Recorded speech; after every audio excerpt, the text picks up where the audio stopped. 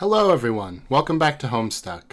Yeah, that. I got a little tickle in my throat. So, hopefully I'll be able to do all the voices well enough. I don't know what's going to happen. It might just all be new voices, for all I know. We're headed to the new universe or whatever, right? So, a couple things. Someone told me that the suckers thing from Cascade is actually because Doc Scratch tricked the children into creating the green sun, not destroying it. That's why Solix was like, it looks 2D. I thought that was just a Solix 2 pun. Apparently not. Anyway, so the green sun's still out there. But Jade has its power now, so I'm sure we'll be fine. And we have Mail Lady. So that's cool. Okay. Also, if you're enjoying this series, like and subscribe. You know how it is. Members also see these episodes a week early, so if you can't wait to see what comes next, then, you can do that. All right, begin intermission 2. English, Toby Fox. Okay. Okay, well, we got the pool balls. Spooky.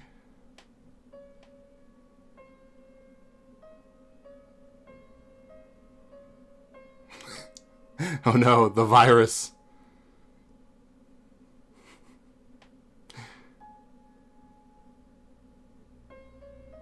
Ah, my eyeballs. Why are you doing this to me?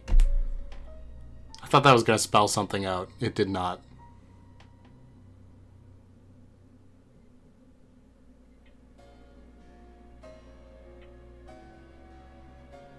Oh boy. Well, there's Scratch.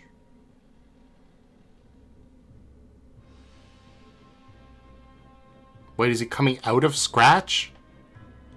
Ugh.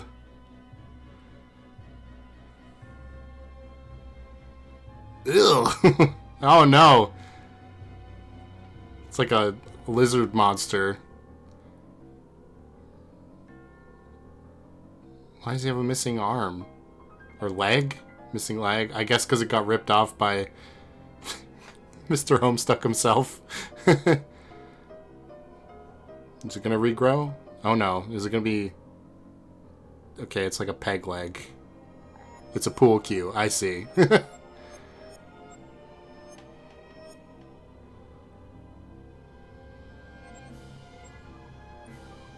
Oh, there's our ship!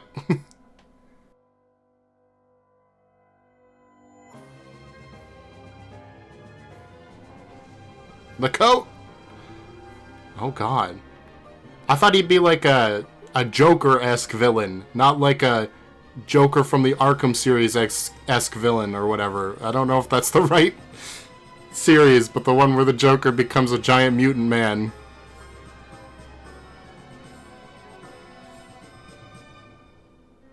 Oh, he got sarcophagused. Ah, we're fine.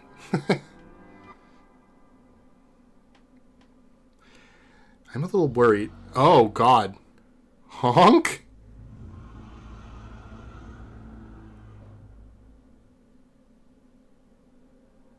Happy Halloween, everyone. It's October, like... Well, actually, I don't know what October day it is when you're watching this, but October something. Oh, God.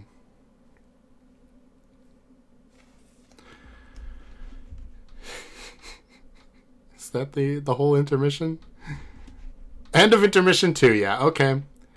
Sound, Act 6. Here we go. Homestuck Anthem. Red. Are we in red stuck now? Green stuck.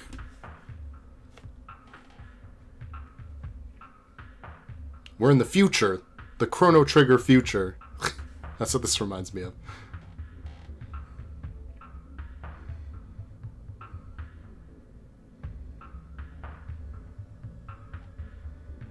Whoa.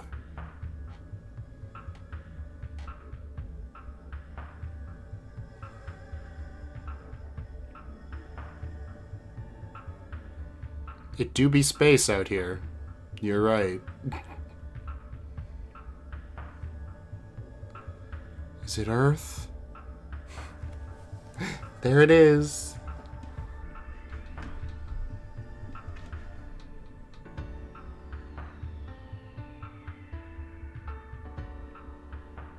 Oh no, we're going to where I live. No, we're not. Oh, it's fall. Uh-oh. Who is this? Who is this alternate reality, John?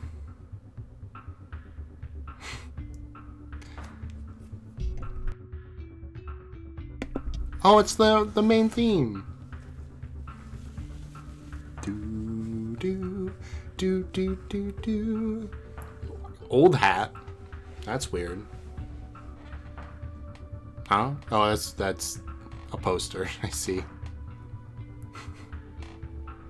Sassacre! Guns! Liv Tyler! Oh, the box too, okay. Kitties! The fourth wall being powered by one of the Jade batteries, okay. Or Jade. Rose batteries, you know what I mean. Sweet Bro and Hella Jeff, the movie! Cal? Oh no.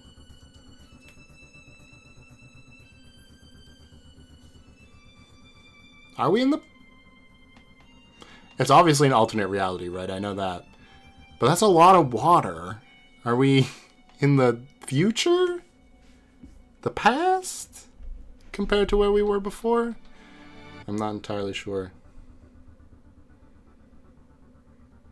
The world in the palm of my eye. Oh, hello.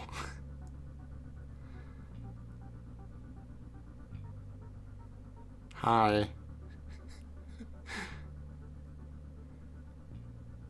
It's kind of creeping me out, honestly. What are you doing? New John? Is that you? Oh, never mind. Uh-oh. Oh, trolls. Wait, trolls? Homestuck. Yeah, that's what we're doing. Okay, we're getting right into it. Spurb Alpha? Not Beta? Okay, this does make me believe that we are in the past then. But there's still the same... Are these the same movies? I don't know. Well, they're different posters, but that... I don't know. A young lady stands in her bedroom. It just so happens that today, the 11th of November 2011, is the date scheduled for the launch of a highly exclusive playtesting experience for a much-anticipated game. The young lady is expecting to find this game in her mailbox today. She's expecting the game to be enclosed in a pair of envelopes, and printed on those envelopes she's expecting to find her name. What do you suppose the name of the envelopes will be? Jane Crocker. Oh no. It's Crocker. You cannot enter her name. It was already engraved in her honorary placronym on her 13th birthday, which was about 2.5 years ago, and has been sitting here neatly on the bookshelf ever since. Attempting to engrave it with another name after completing the sacred rite of passage is practically unheard of, and is a gesture nearly as offensive as it would be if you tried to name her something dumb, like Barn Stench Fartface. Luckily, she's not the sort to hold a grudge, and she'll let it slide this time, as long as you hurry up and get her big day started. Examine room. Okay. That's a Jeff Foxworthy, I see.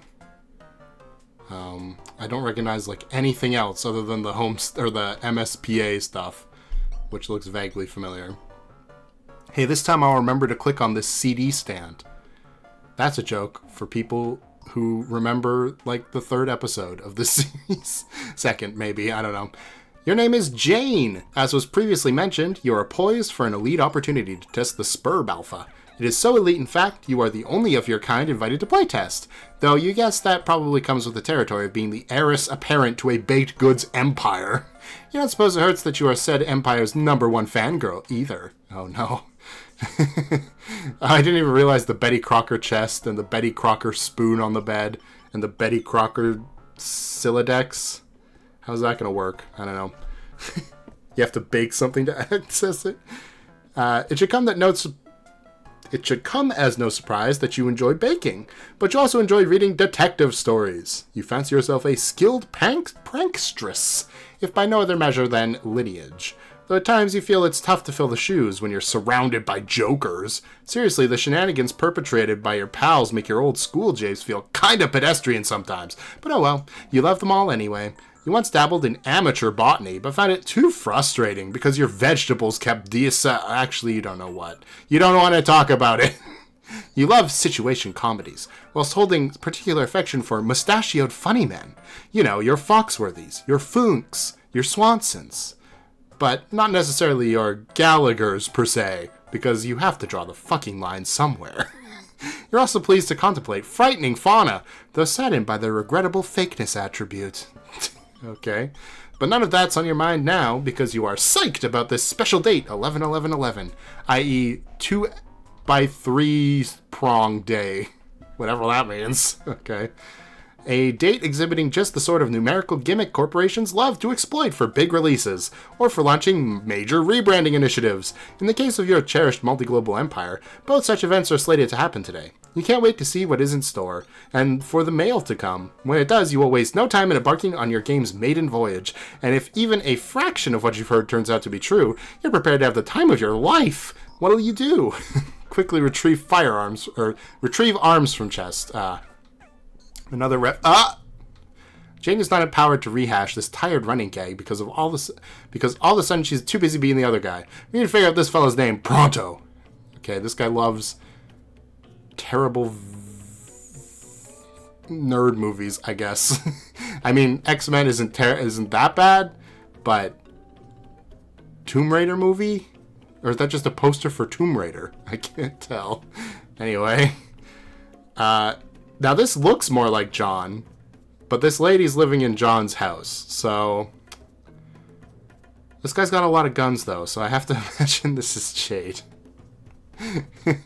Jake. Okay, Jake English.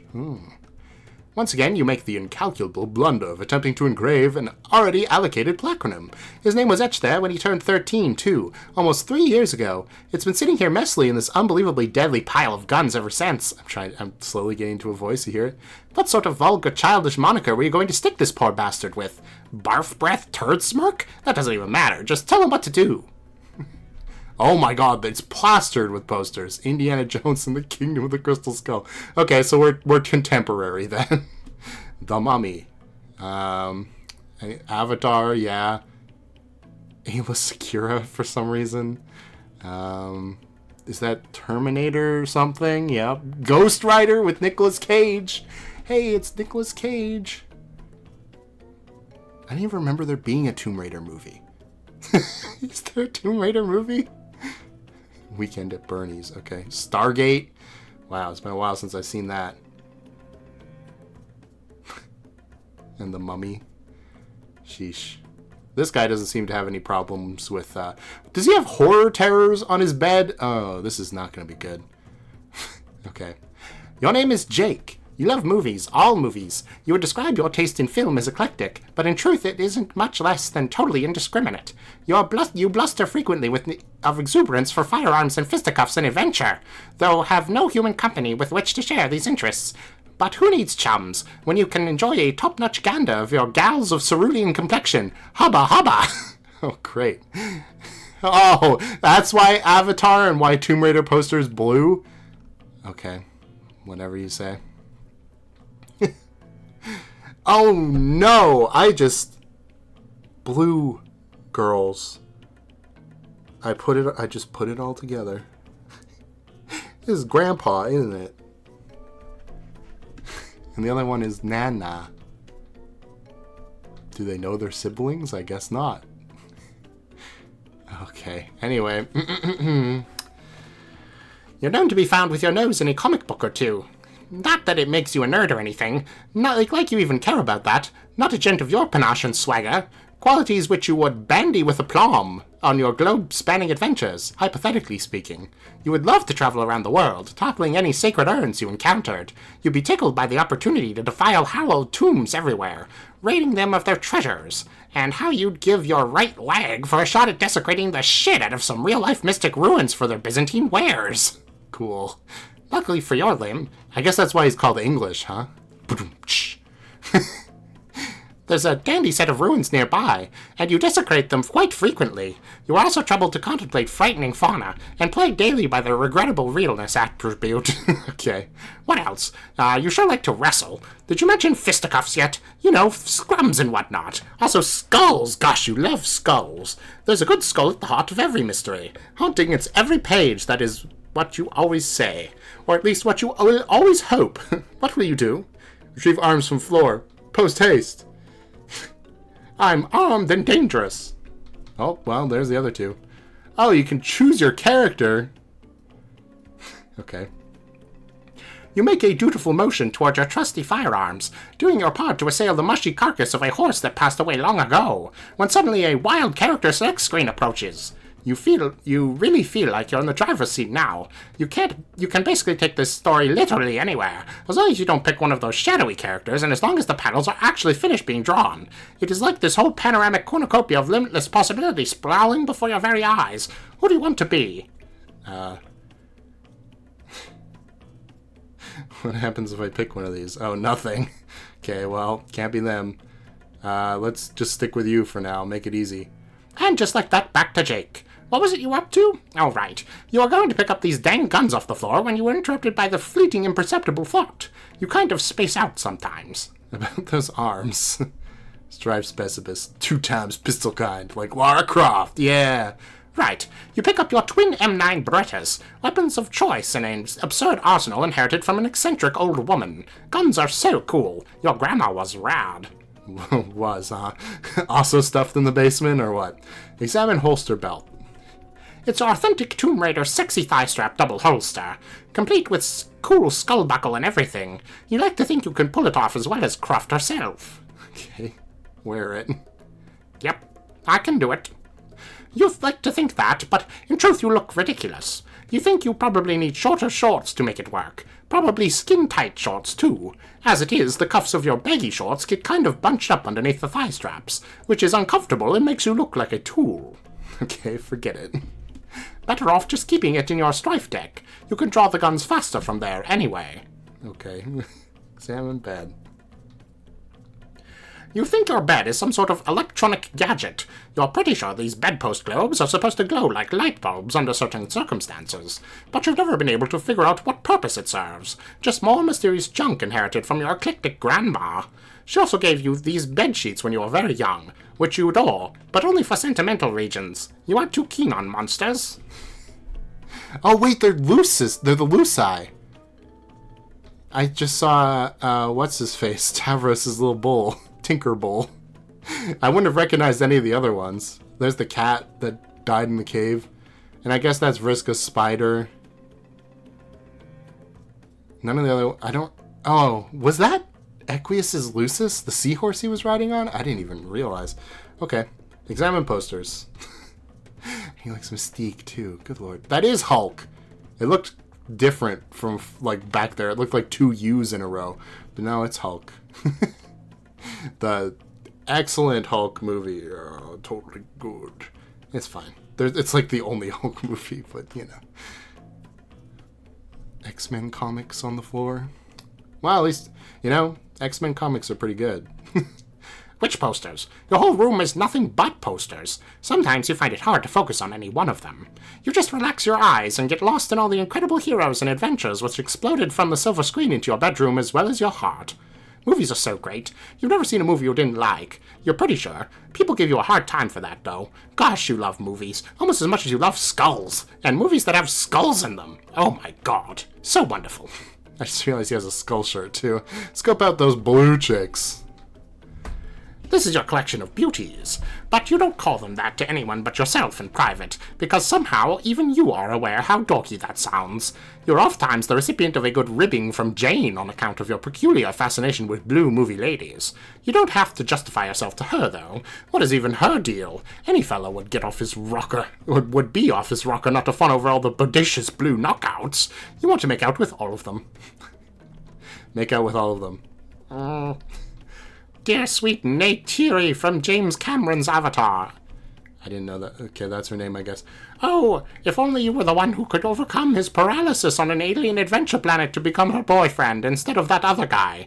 Then she could have shown you how to be bold, courageous, and stand up to fight for your people, and maybe later engage in a bizarre extraterrestrial reproductive process involving ponytails, and a magical tree, you guess. You'll show that curmudgeonly Strider. Strider? Who's just a gigantic shitty space furry. You'll show him what marvelous creatures they are. You'll show him what a daring dream it is to combine the finest qualities of humanity with... Ugh. But seriously, you have to stop kissing this stupid poster. Stop kissing stupid poster. What is he going to think when he meets Vriska? Or alternate universe Vriska, I'm really not sure. Yes, that was a waste of time, definitely. It's definitely not something you spend much time doing whenever you are alone, which is always. Anyway, here are some other great movies. Weekend at Bernie's? Classic. You really think John would like this movie? Oh? Okay. Wait, does he have the ball? Because Jade had it, right? So does he have the ball he can just see in anywhere? I don't know. You really think John would like this movie? If the things you have heard about him are true... Guys in cahoots make the silly corpse of Bernie Lomax do zany puppet antics so their schemes can succeed. Guffaws aplenty, as you have tried to tell Jade before practically verbatim. She doesn't much care for great movies like that, but that's all right. You love her anyway and think she's a blast. She says you sound like John when you say stuff like that, though, and that the two of you would get along famously. You can't wait to meet him.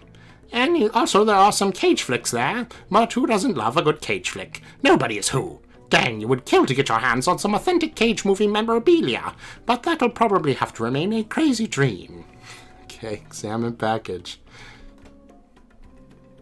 Speaking of John, this is his birthday present. It is the project that has been taking up all of your time lately, and today is the deadline to finish it. You have to send it to Jade so that she has time to ship it to him across the Pacific Ocean. The transmaterializer you have been using to ship it back and forth is wired to sync up with your flow of time with hers, so it's not like you can just take forever with it, and send it to the exact time she needs it. You thought of that, and considering this bunny is probably going back to the early 20th century, when she and John were around your age, you figure the mail was extra slow back then, so there is not a moment to spare. Phew, this time stuff is pretty complicated, but you are fairly sure you've got this figured out. So we are in the future? Okay. Examine bunny. Sure is going to be a sweet gift. Reminds you a lot of the old ratty bunny you inherited from your grandma, who of course is exactly who you are collaborating with to make this thing. Time loops make you feel a bit fuzzy in the head, but you've always suspected it could very well be the same bunny, at some point in the early 20th century. Jade gave this robo-rabbit to John, and then later it must have wound up back with Jade somehow.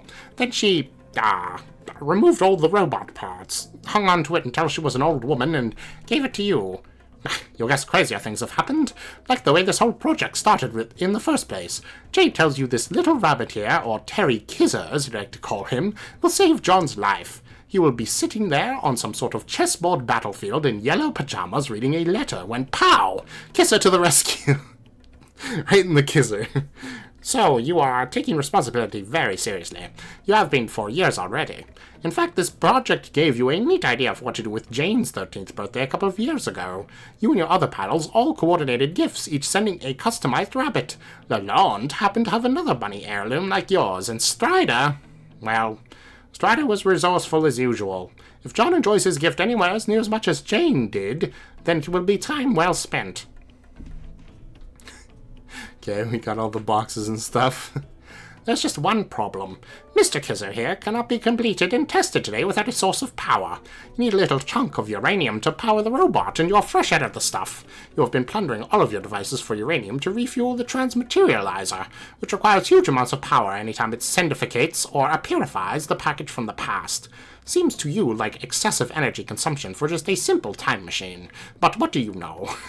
Unless it's something besides shipping it across time. You couldn't imagine what, though. Oh, yeah, You really should have remembered to ask Jade for some uranium in your last letter to her. Now you're in a fix. You even yanked the uranium out of your cookalizer and refrigerator. You haven't had a decent meal in weeks, just a lot of canned food from the ruins. Canned food in the... What? Okay. This project has been difficult enough as it is without additional bumps in the road like this. You aren't really the best guy at building machines. Jade has been a big help, but she says she couldn't do this alone. As much as it troubles your pride to admit, this project wouldn't be possible without help from your other two technologically savvy friends, and you are slowly coming to the regrettable conclusion that you will not be able to solve this uranium dilemma without asking for Strider's assistance. He is your best bro and all, but the dude never makes anything easy. Take Bunny. Okay, bye, Liv Tyler. Ooh, we got some robot parts. And a computer? Hard to... Some canned food. A big gun. Vetch modus. Don't tell me it's a slide puzzle. You stashed Terry in your puzzle modus. I can't believe we're getting more modus talk. It's been 3,000 years. It's quite a handy modus, allowing you to capture log objects of any size as long as you can fit them all in a finite space by maneuvering the cards around like a big game of Tetris. You like it because it keeps you sharp for solving any puzzles you might find when you ever go to raiding hallowed tombs, which is never. The buddy fits in okay, but it's a tight squeeze. Yeah. Oh my god. What is taking up that much space? The space in your inventory is mainly hogged up by one incredibly huge thing. You guess you should just get rid of it, but you can't shake the feeling you might need it someday. You don't want to risk ditching it and be caught with your pants down later. Examine comics. Army of Darkness. Whoopee. A Night in Camelot. I've never heard of so many of these movies. Okay. On your work table, there are a few comic books starring your favorite heroine of all, Spider-Girl. You don't know what it is, but there's something about a girl who has spidery powers and a sassy attitude that is just so cool to you. It's just another quirky fact about you that definitely doesn't have any greater significance, and never will. Yeah. There aren't that many Spider-Girl comics, though, I don't think. I don't know. Enough, I guess, for this guy. Because is this, like, the daughter of Peter Parker version? I don't know. Take comics. Horse feathers. Forcing the comics in your puzzle Silodex knocked out a bunch of other crap. You've seriously got to reorganize this thing. What were you even thinking captulogging all those bullets one at a time, anyway? Oh, well. A little orange. What? How do we have those? The little fruits. Also, the laptop is from Alternia. Okay, I don't know how this is working, but okay. Well, as long as your preposterously numerous computers have... One of your preposterously numerous computers has spilled out of your Silodex. You might as well stop procrastinating and contact Strider to... Hang on, maybe later. Answer. Well, there we are. Uranian Umbra. Golgotha's Terror. Okay, sure. 3U. Who the hell would that be? Maybe it's just a kissy face. It's probably just a kissy face. Oh no, there are alternate universe trolls too. Oh no. 16 new characters. Woohoo! Plus Lord English, whatever the hell he is. Uranian Umbra. That's weird, right? That is weird. Isn't it?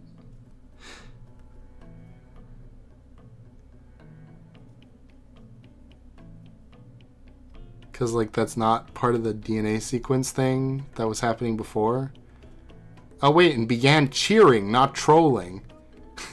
Oh, okay, so they're not trolls, they're cheerers. I don't know what that means. They're all cheerleaders over there. I mean, darling. Makes me think of this voice. Hello there, darling. So, I don't know. We'll just go with that and see what happens. Ahoy, madame. I don't relish troubling you with more arm twisting. I'm sure for all I've done so far, you've had a jolly good workout already. Wah.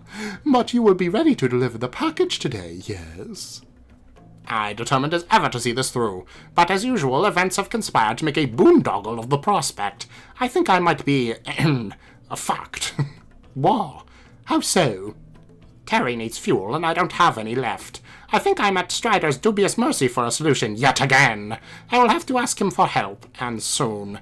Well, there you go, love. Better hop to it. Yes, I will, but also, there's the matter of the rabbit's armaments. I don't imagine he'll do a lot of friggin' good in helping Grandfather Crocker from kicking the old bucket without them. Did you not say you'd supply these? I did indeed say so, and I've already done. You did? When? In your future. I relayed the information enabling you to create the powerful weaponry yourself, and you did. You then sent them back in time. You may recover them in the ruins, which conveniently is where you must go to ship the package once and for all. Bang up plan we hatched, don't you fancy? Everybody has an English accent in this world. Okay. I see. Yes, it sure is, if that is the case. Then all that's left to do is find power for it. Oh, and also enough power for the stupid transmateria bob. Ugh. So much to do before shuttling this goddamn thing into the past. I mean, that is what I'm doing, right? Giving it to my grandma when she was a kid growing up close on the same island I did. I did? Did? I don't know. I don't think that means that he's not on the island anymore, but it could. I don't know. That is somewhat close to the truth, and I can see how you would draw that conclusion. But there's more to it you don't understand yet. You will sort it all out in time. Wait, oh no. If in the new human universe, the extra babies sent back in time during the first Paradox clone session are now who are in control. Does that mean the troll ancestors are who we're talking to now? Oh my. Okay. Anyway, this is a lot of light gray text. I turned off the high contrast text, by the way, because I didn't think we need it, but I mean, I can see it, so it's fine. It's not white, I guess. Don't understand yet. You will sort it all out in time. These are among the dad-blasted casual spoilers you refuse to dish out. Somewhat. It wouldn't hurt you much to know the truth, I imagine. It's just the truth is a wee bit complicated. Perhaps a draft of the cascading sequence from which your reality has arisen will put your mind at ease. Imagine two universes, A and B. Now imagine there are two instances of each universe, 1A and 2A and B1 and B2. The first instance of each is like a test run that does not quite succeed. The second instance, though, will meet all of its purposes. Now consider that A1 begets A2, A2 begets B1, and B1 begets B2. And the participants of B2 are the ones who will make an effort to exit all of this turbulence and falderal. You are one of them, Wah, and your young ancestor is another. Though she is presently stationed in B1, and yes, she is in the past, though not quite as far as you believe, nor does she occupy the same stream of continuity. Okay, interesting. I'm not sure that I completely followed that, but okay. That's the best I can do for now. Ooh. Primarily because I will not risk wasting much more of your time.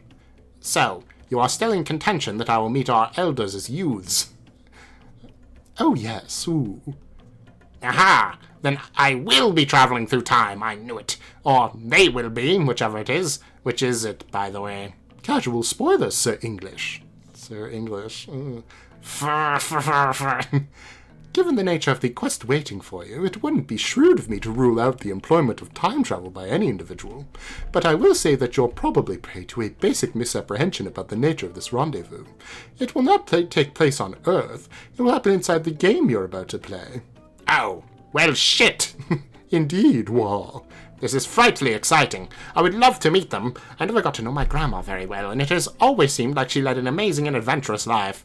This seemed to be proven true in my correspondence with her, so I'm really looking forward to it. So true. I'd pay a hefty ransom to get to know my forebears. I remember you mentioned your race doesn't really jive with ours, familiarly speaking. Correct. I never knew who one would identify as my parental equivalents. Ooh. It is in the way my race propagates. Our ancestors precede us by millennia. Well, yes, ours do too, but generally we all have these other people in between them, and the most recent ones are called parents, so I guess you did not have those, like, systemically. Nope, never did. Well, neither did I. Miss Alien, I do think we are like birds of a feather, you and I. When do I get to learn your name, by the way? Truthfully, it may be for the best that you never know it. It could stir up some things best left in their present equilibrium. But now I think I should bollocks off and leave you to it. But, wait, there are still some things I'd like to know. About today. About this game. No more procrastinating. Contact your friend, darling. Yes, fine, okay, I will, but please just tell me in the least casually spoiler-y way possible, what are we even trying to accomplish here? What is even the rootin' tootin' point of this game? Rootin' tootin'. I think you will have more fun than you can imagine finding out. But stated concisely, the short of spoilery as you so charmingly put it, your objective today is to pave the way for the arrival of gods. Kisses! Unearth more computers. I need more! More computers! This is quantum computing. Okay. We're gonna end there for today. I have no idea who that could be. My best guess, it's gray text, so it could be Alt Universe Carcat, I guess? Although it didn't necessarily sound...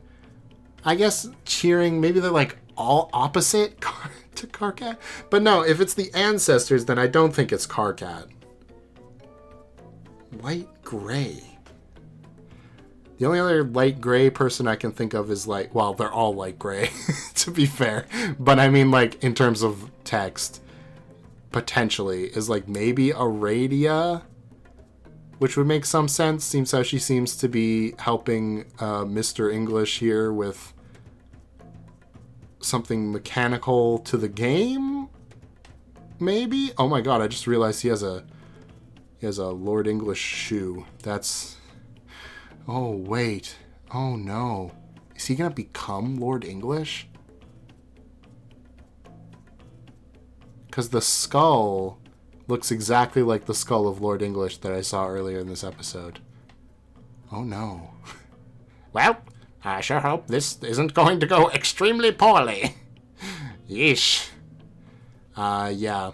So, and he's in a sarcophagus, too, and this guy loves raiding tombs. But I'm kind of confused about the trolls in that explanation. Because didn't Doc Scratch say that... I guess he said that the other troll that was in his basement's forebears had sacrificed their something or other in order for her to be around. And maybe... she is supposed to be an ancestor then? But she was like time displaced because that's what Scratch kind of alluded to. Does that mean Fefri's ancestor is gonna show up too? As like a fully grown person? Not like a little guy like these guys? I don't know. It's mildly scary. What's a good question? I've only met 2 characters so far. When you first saw Lord English, what was your impression? That's what I'll say. I didn't even get a chance to say it during the scene, but I saw those rosy cheeks, and I'm afraid of what that might mean. Was my theory about Cal correct? Oh god. Anyway, Seems like it's just going to be this guy, so I don't know how that works, but let's hope he doesn't turn into a big green monster and try to kill everybody.